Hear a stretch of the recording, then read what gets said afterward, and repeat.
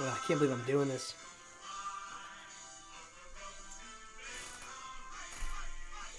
Come on, Smalls. Hey, Smalls, a touchdown 6 points. What does that mean? Touchdown 1, 2, 3? Isn't touchdown 6? Oh, whatever. All right, so it's Super Bowl Sunday, guys, and we're doing some Super Bowl predictions. I don't know if you could tell by the intro, but I'm going Eagles. I really could give two shits who wins, to be honest. Obviously, Mahomes is awesome, like MVP, the best. So might be some jealousy there, but I'm sick of Mahomes. I was sick of Brady. We got Brady for 20 years. I'm sick of Mahomes. Let's take a little break. Take a bench, KC. Let's let some other teams get in there. Burrow, Allen. So let's go Eagles today, guys. Some of my Super Bowl predictions. Obviously, I'm going to be picking the Eagles. I'm going to go, what I'm feeling, what I'm smelling, is I'm going to go first touchdown, Hurts rush. I think Hurts is going to get a rushing touchdown.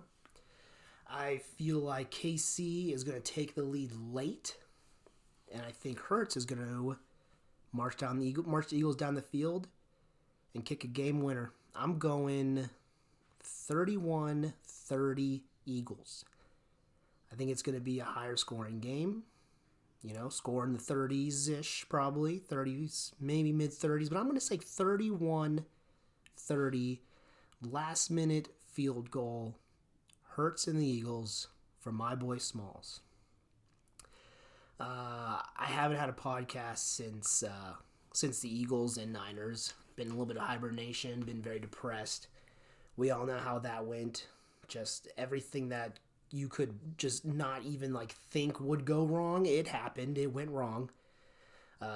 No challenge from Shanny. No one even cares to even look at that 4th and 3 deep ball to Smith that obviously was not a catch.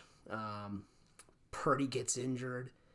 Fred got banged up on the second play of the game, but he went back in. That's no big deal. But that was a little nerve wracking for a second. He took a nice little stinger to the shoulder. Bosa was hurt.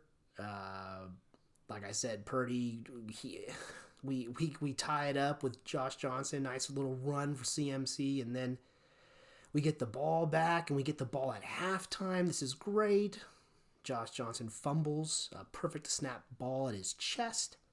Eagles score late in the second quarter. We get the ball at half. Johnson gets concussed, and we don't have one goddamn person on the team that can throw a fucking football, and we're trying to win the NFC Championship game. Just total nonsense, crazy. 2 NFC Championship games back to back. We got the 50-yard line Tart interception drop that would have sealed the deal, run the clock out if I remember right.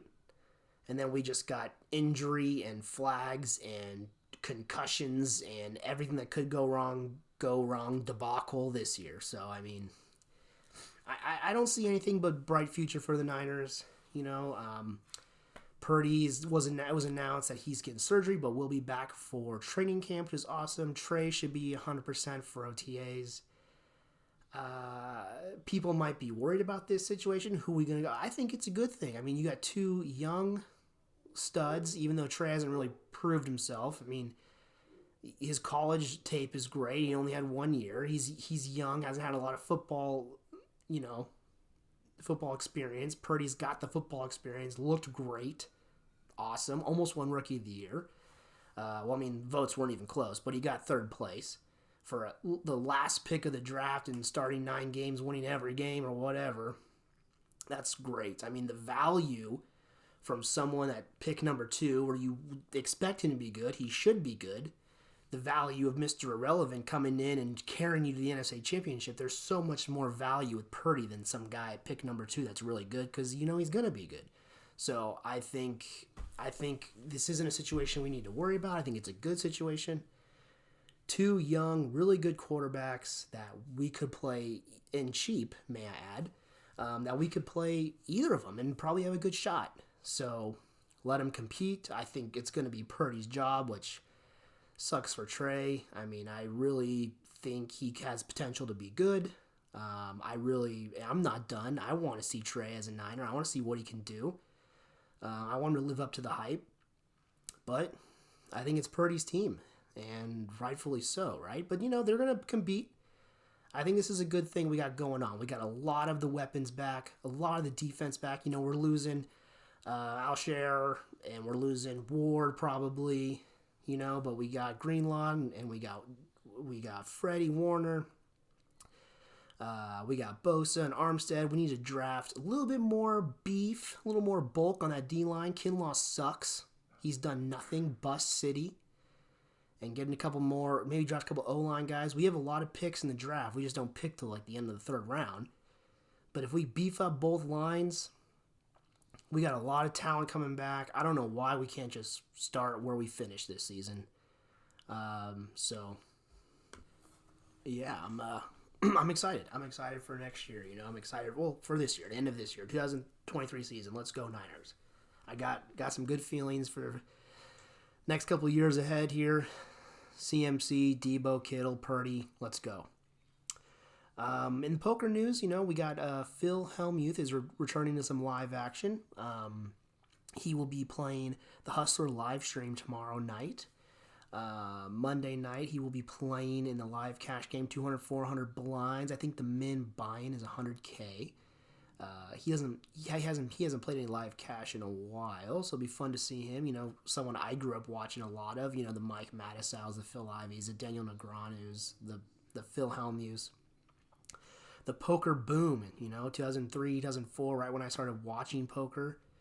Some great memories of watching those World Series of Pokers that I've actually gone back into Poker Go, and I'm rewatching the 2000. I've already rewatched 2003 and 2004. Right now I'm on the 2005 Hashem year, but I'm just rewatching the memories, and that's honestly the live cash games now. They still have high stakes poker going right now. It's just not as good. Like the old school high stakes poster with this poker with the Farhas, the Eliel Ezras, the Chans, the Brunsons, the Negreanus. That was the time, man. That was the poker boom, and I just loved it so much.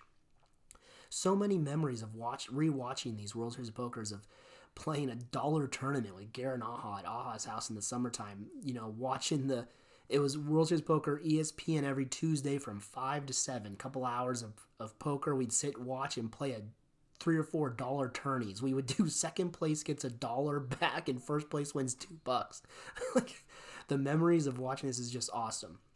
And I love the people involved in the World Series of Poker, the announcers, Lon McCarron and Norman Chad. Those guys are the best. And what I love most about the old school World Series of Poker and the live pokers, I love the whole cards, the pocket cam.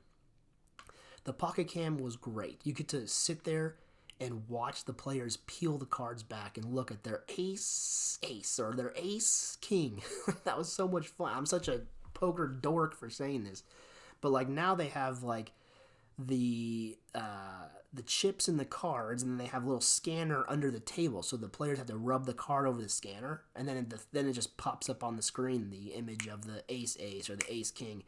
Where back in the day, you could actually watch the players peel the cards, and you could be there peeling the cards with the players.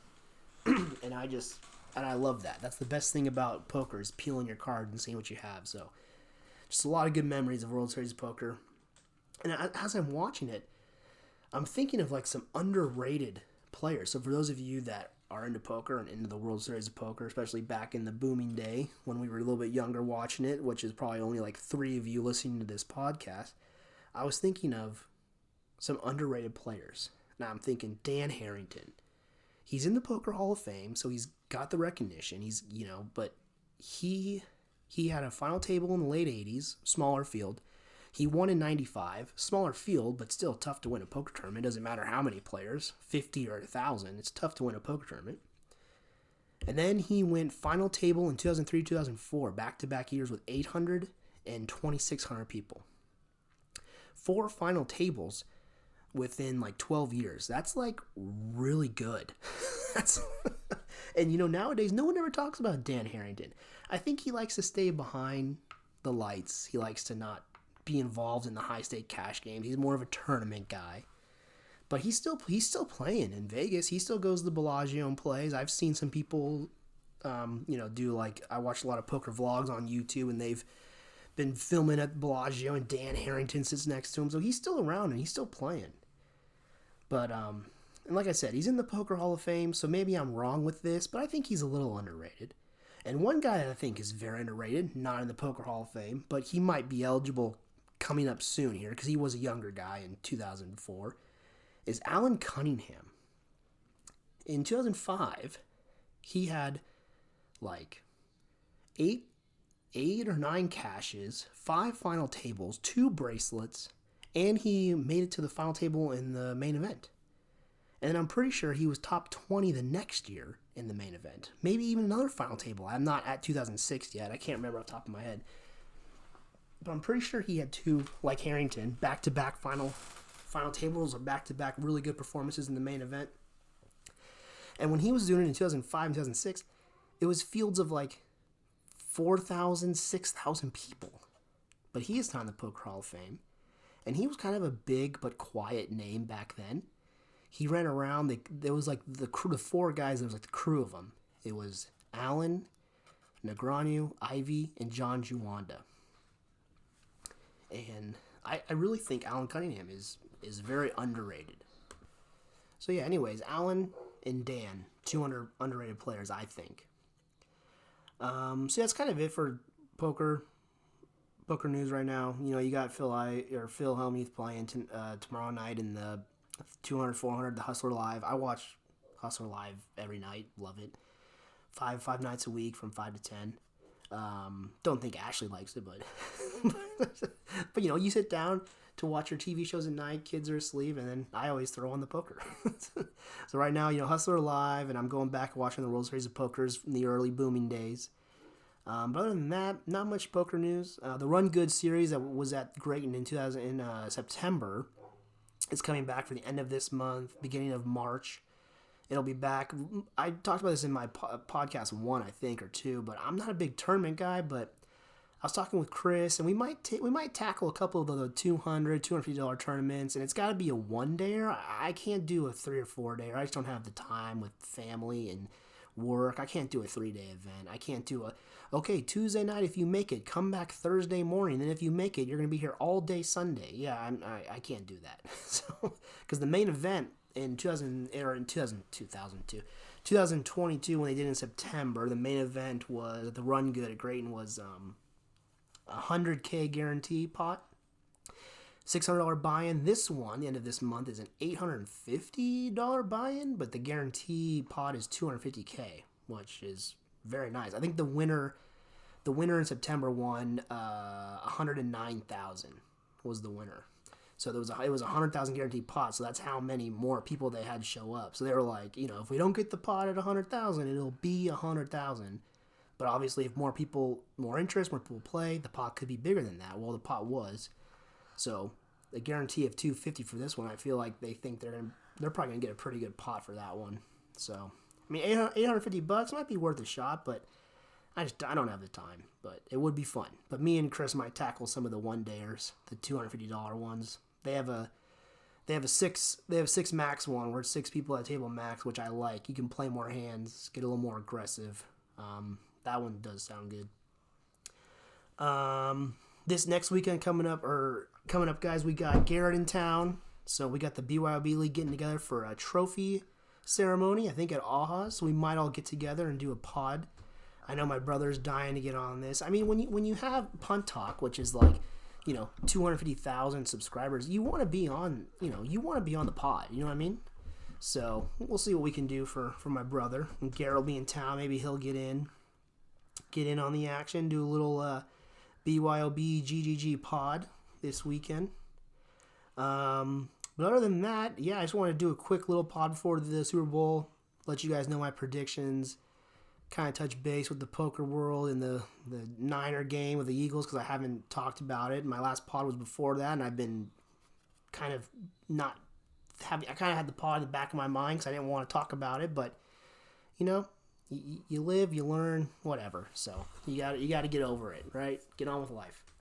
Niners lost. more things in life. That's okay. We got a lot of bright stars ahead for us. So thanks for tuning in today. Punt Talk, episode number 11. Smalls, I'm picking the Eagles for you, man. Good luck. Take down the Chiefs. Take down Mahomes. Punt Talk, episode 11. We're out.